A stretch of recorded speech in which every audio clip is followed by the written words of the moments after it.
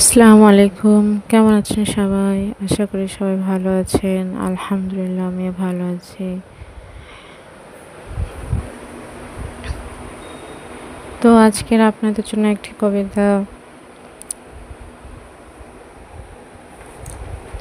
কবিতাটি হলো একটা সময় ছিল।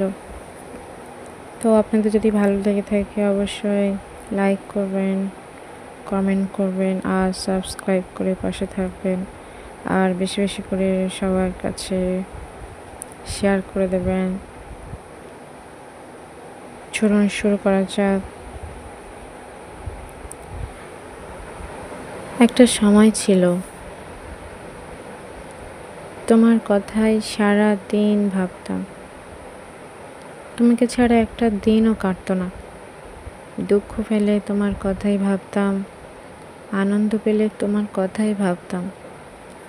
কখন আমার মনের জমানো কথা তোমাকে বলবো, কখন তোমাকে দেখবো, কখন তোমাকে স্পর্শ করব, দু হাত দিয়ে জড়িয়ে মনের কষ্ট থেকে হালকা হব, কখন তোমার গল্প শুনবো, রাগ অভিমান সব তোমাকেই ঘিরে। অভিমান করে বসে থাকতাম, কখন এসে জড়িয়ে ধরে বলবে ভুল হয়ে গেছে, সরি। তোমাকে একটু খুশি করতে পারলে মনে হতো সারা দুনিয়া আমি জয় করে ফেলেছি। যত রাত হোক না কেন না খেয়ে বসে থাকতাম, একসাথে খাবো বলে। একা একা খেতেই পারতাম না, ঘুমাতে পারতাম না তোমার গলা না জড়িয়ে ধরলে। বাস্তব কল্পনা স্বপ্নে শুধুমাত্র তুমিই ছিলে আমার হিরো, একমাত্র হিরো।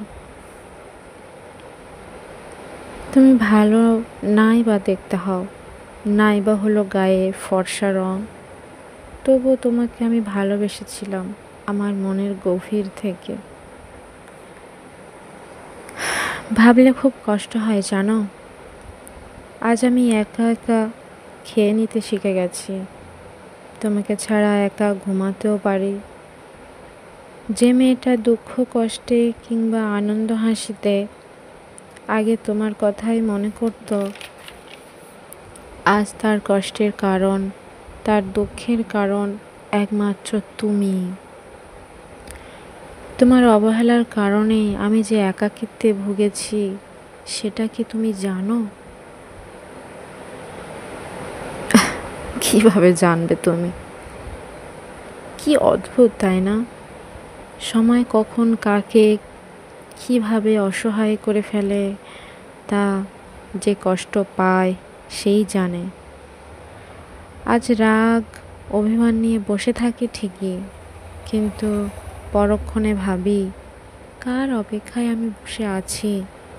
সে কি আমার কষ্টের কথা বোঝে? সে কি বুঝতে পারে আমি রাগ করেছি নাকি অভিমান?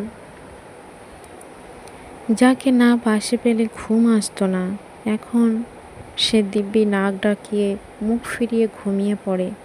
একবারের জন্য ফিরেও দেখে না আমি জেগে আছি নাকি ঘুমিয়ে পড়েছি। আজ তার প্রশ্নের উত্তর দিতে হয়, আমার মুখটা কেন কালো হয়ে গেছে, আমার শরীর কেন এত মোটা দেখাচ্ছে। যে সম্মান শ্রদ্ধা ভালোবাসা দিয়ে সম্পর্ক আগলে রেখেছিলাম, সেই বিশ্বাস ভেঙে টুকরো টুকরো করে, সেই টুকরো দিয়ে আমার হৃদয়কে ছিন্ন বিচ্ছিন্ন করে রক্তাক্ত করে ফেলেছ।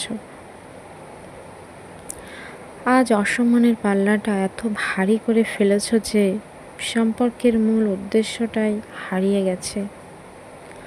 অপমান আর অপবাদের বোঝা এতটাই ভারী করে দিয়েছ, মাথা উঁচু করে দাঁড়াতেও কষ্ট হয়।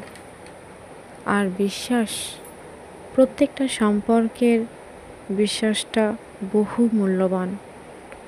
তোমাকে করা বিশ্বাসকে দিনের পর দিন, রাতের পর রাত তিলে তিলে শেষ করে ফেলেছ। নিজ হাতে তাকে হত্যা করেছ। কি বা রইল আর সম্পর্কের? যে তিনটি দিয়ে সম্পর্ক মজবুত হয়, সেই সম্মান বিশ্বাস ভালোবাসা সবই নষ্ট করে দিয়েছ। তাহলে আমাকে বাঁচিয়ে রাখলে কেন মরা লাশের মতো?